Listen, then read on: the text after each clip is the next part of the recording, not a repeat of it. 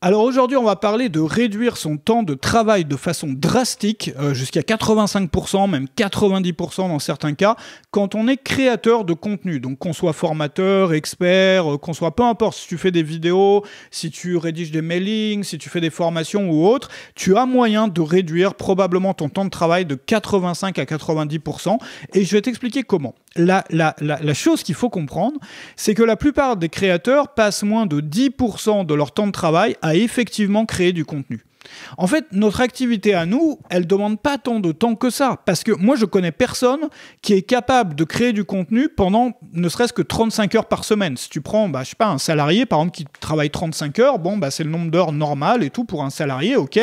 Pour un créateur de contenu, imagine créer 35 heures enregistrer 35 heures de formation en une semaine. Je connais personne qui est capable de faire ça. 35 heures de vidéo, c'est-à-dire parler pendant 35 heures devant une caméra ou écrire activement pendant 35 heures, ça n'existe pas, ça demande trop d'efforts. Donc en fait, on a la chance, et il faut voir ça comme une chance, d'avoir un métier dans lequel il y a peu d'heures de création effective.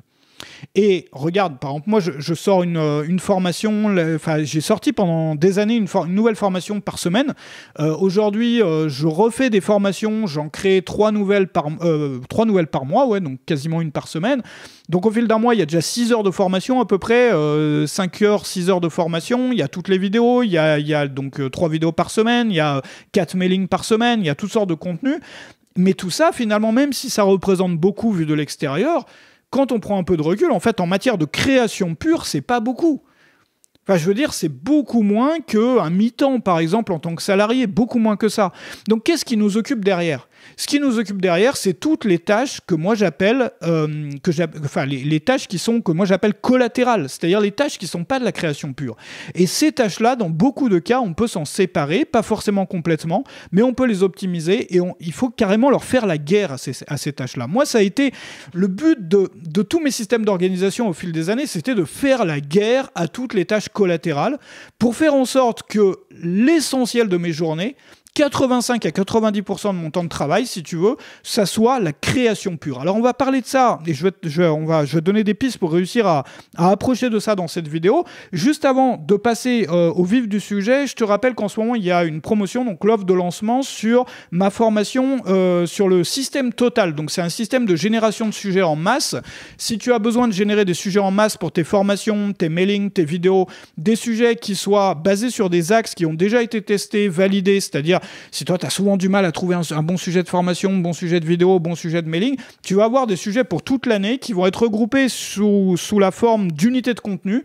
Donc, une unité de contenu te permet de faire un lancement de produit, te permet de faire une promotion, c'est-à-dire tous les contenus d'une semaine vont être tournés autour d'une offre et tout ça va être connecté à ton positionnement par sous-thématique. Donc, c'est un système assez complexe qui vaut vraiment le coup d'être mis en place parce qu'en l'espace de moins d'une journée, tu vas pouvoir avoir jusqu'à 50 sujets de formation, 200 sujets de mailing, 150 sujets de vidéo et tu vas pouvoir utiliser ça à l'infini pendant toute ta carrière. Donc ce système-là, il est sur le premier lien dans la description et c'est un système qui va te permettre de plus jamais avoir besoin de trouver des sujets de contenu. C'est des sujets de contenu aussi qui vont te différencier. Enfin, tu vois, je te recommande vraiment d'ouvrir la page dans un nouvel onglet et de regarder ça à tête reposée à côté ou après avoir regardé cette vidéo parce qu'il y a une offre en ce moment avec 100 € offerts sur la formation. Donc je reviens sur mon sujet, donc comment réduire son temps de travail. Donc imagine un garagiste qui passerait seulement 10% de son temps à réparer des voitures. Bon, qu'est-ce qu'il pourrait bien faire le reste du temps ? De la compta, nettoyer le garage, etc. Mais bon, voilà, enfin... Tu vois, ça étonnerait en tout cas. Imagine un ouvrier du bâtiment qui ne passerait que 10% de son temps à travailler sur un chantier. On se dirait, mais il faut rien, ou qu'est-ce qui se passe, quoi ? Enfin voilà, il fait rien. Bon, il est pas sérieux, ou je sais pas. Bon. Un garagiste qui passe 10% de son temps de travail à réparer des voitures, un ouvrier du bâtiment qui passe 10% de son temps de travail sur un chantier, c'est pas des gens qui bossent, c'est pas des gens qui travaillent. Le gros problème, c'est quoi ? C'est que nous, dans nos métiers, la plupart de l'effort, de la peine, n'est pas dans la création de contenu. Elle est dans tout le reste, dans la technique, dans la rumination d'idées sur les sujets de contenu, quel sujet je vais bien pouvoir lancer, sur les plans, sur ceci, sur cela, sur l'administratif aussi, mais créer, finalement, c'est relativement simple. Tu te poses en face de ta caméra, si tu as ton sujet qui est prêt, voilà, c'est comme une discussion.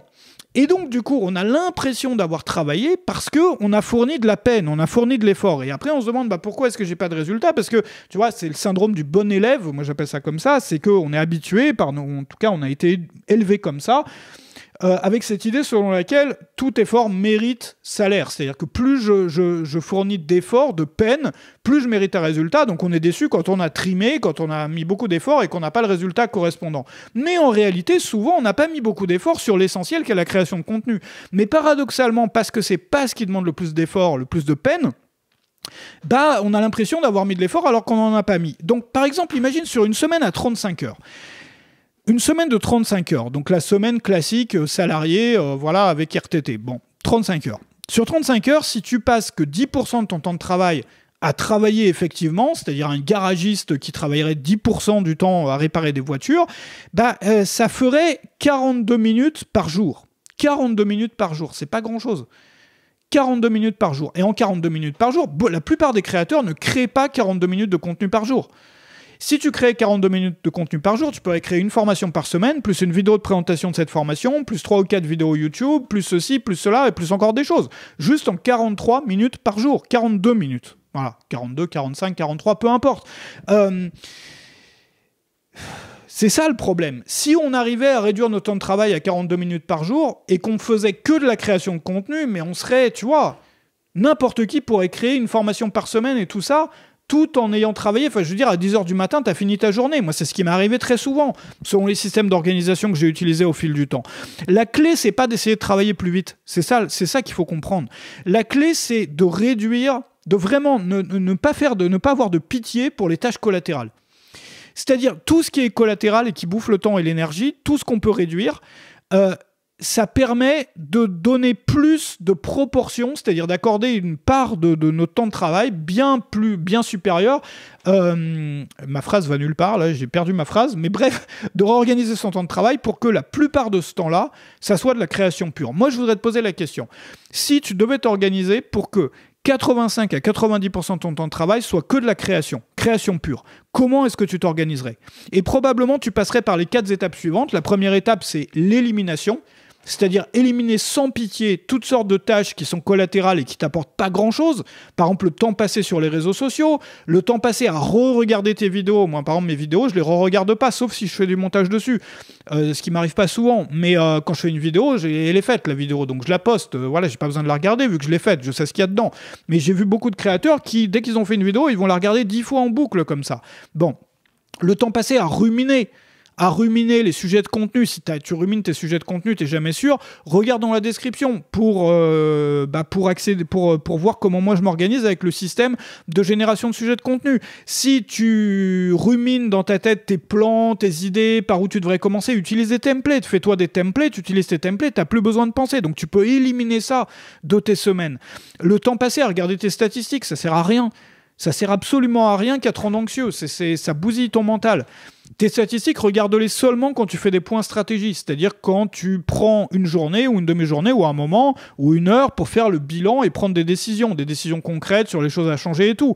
Ça sert à rien de regarder ça au fur et à mesure de la journée. Pire, c'est plus que ça sert à rien, c'est que ça te détruit le cerveau, ça nourrit une anxiété qui t'empêche même de créer, enfin c'est une horreur. Donc d'abord on commence par éliminer, vraiment sans pitié. Si c'est quelque chose de collatéral, ça veut dire que je vais pas avoir de pitié pour l'éliminer, c'est-à-dire vraiment, voilà, enfin pas de pitié pour l'élimination. Ensuite, ce qui n'a pas pu être éliminé, c'est la deuxième étape, on va le systématiser.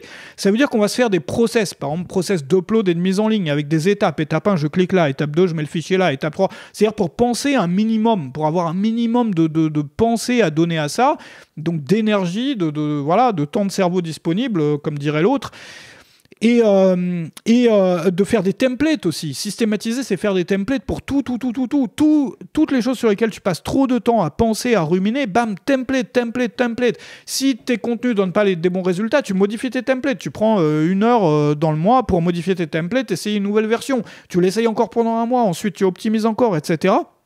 Et créer des systèmes cycliques aussi. C'est-à-dire, un type de process, c'est les systèmes cycliques, comme moi, mes systèmes de semaine, où tous les lundis, tu vas créer ceci, tous les mardis, tu vas créer cela, par exemple, avoir des journées thématiques. Lundi, c'est la journée préparation de sujet, le mardi, la journée enregistrement de formation, le mercredi, tu enregistres toutes tes vidéos YouTube de la semaine. Enfin, tu peux t'organiser comme ça, ou différemment. Mais systématise. La troisième chose, c'est d'automatiser au maximum, bien entendu. Donc tout ce qui n'a pas pu ni être éliminé, donc dans les tâches collatérales, je parle.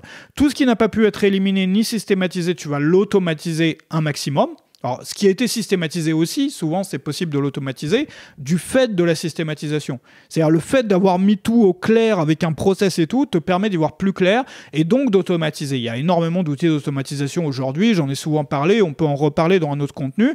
Et la quatrième chose, c'est que tu sous-traites ce qui reste. Donc sous-traite ton support client, sous-traite, je sais pas, ce que tu peux sous-traiter qui te donne... Alors parfois la sous-traitance, ça peut demander plus de temps que si on le faisait soi-même, c'est souvent le problème. Mais si c'est basé sur des systèmes, des process, bon bah t'as rien à faire. Et ça te permet idéalement, enfin ça devrait te permettre idéalement de passer 85 à 90% de ton temps à faire de la création pure. Donc je voudrais te proposer de réfléchir là-dessus aujourd'hui, de faire l'exercice, de prendre un papier et un crayon, de te demander comment est-ce que tes semaines seraient organisées si tu passais que 85%, si tu passais 85% de ton temps de travail effectif à créer. Voilà. Ça demande évidemment d'avoir une approche du travail qui est complètement différente de celle de la plupart des créateurs, mais c'est une libération. Ça permet de créer beaucoup plus tout en ayant des journées mais entièrement libres. Moi, mon travail, j'ai toujours fait ça à mi-temps, moins qu'à mi-temps. Enfin, mon but, pourquoi je fais cette activité? C'est pour avoir une vie libre. Donc, j'ai voyagé à travers le monde, j'ai construit des maisons, j'ai construit une maison en bois au Cambodge, j'ai été digital nomade pendant 1 an et demi, là je suis en train de retaper une ferme à la campagne ici en Europe de l'Est, j'ai fait toutes sortes de choses comme ça, j'ai vécu dans un chalet en Transylvanie, qui me demandait énormément de temps pour moi, de temps libre. Donc si tu veux, mon activité, ça a toujours été une petite partie de ma vie, mais une partie de ma vie qui était toujours hyper optimisée, dans laquelle un maximum de mon temps, c'était de la création effective. Donc quel est le pourcentage de ton temps de travail aujourd'hui que tu passes en création effective? Tu peux te poser cette question-là aussi. Et l'objectif, ça peut être pour l'année 2024, de faire en sorte que ce ratio augmente. Pas forcément en faisant plus de contenu, mais en réduisant toutes les activités collatérales au minimum. Alors, si ça t'intéresse de réduire la partie recherche de sujets, regarde dans la description, parce que la formation, le système total pour générer jusqu'à 50 sujets de formation, 200 sujets de mailing, 150 sujets de vidéo se trouve dans la description. Donc tu vas pouvoir faire ça en une journée, puis après en recréer, tu peux en sortir des milliers et des milliers, des sujets à l'infini. Donc année après année, tu ressors ton système une fois par an. Si tu planifies tes sujets par trimestre, fais-le une fois tous les trimestres. Ça va te prendre quoi? Peut-être 2 heures de générer tous les sujets pour le trimestre, voilà, avec un peu d'habitude.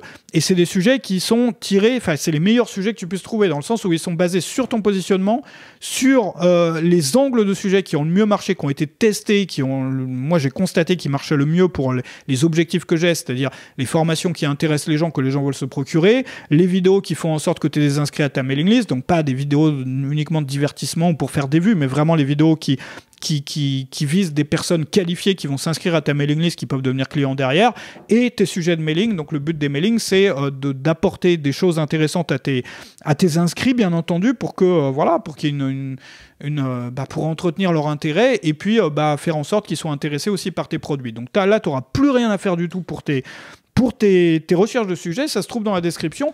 Un grand merci à toi d'avoir suivi cette vidéo, j'espère qu'elle t'a été utile, et j'espère te revoir très bientôt sur un autre contenu.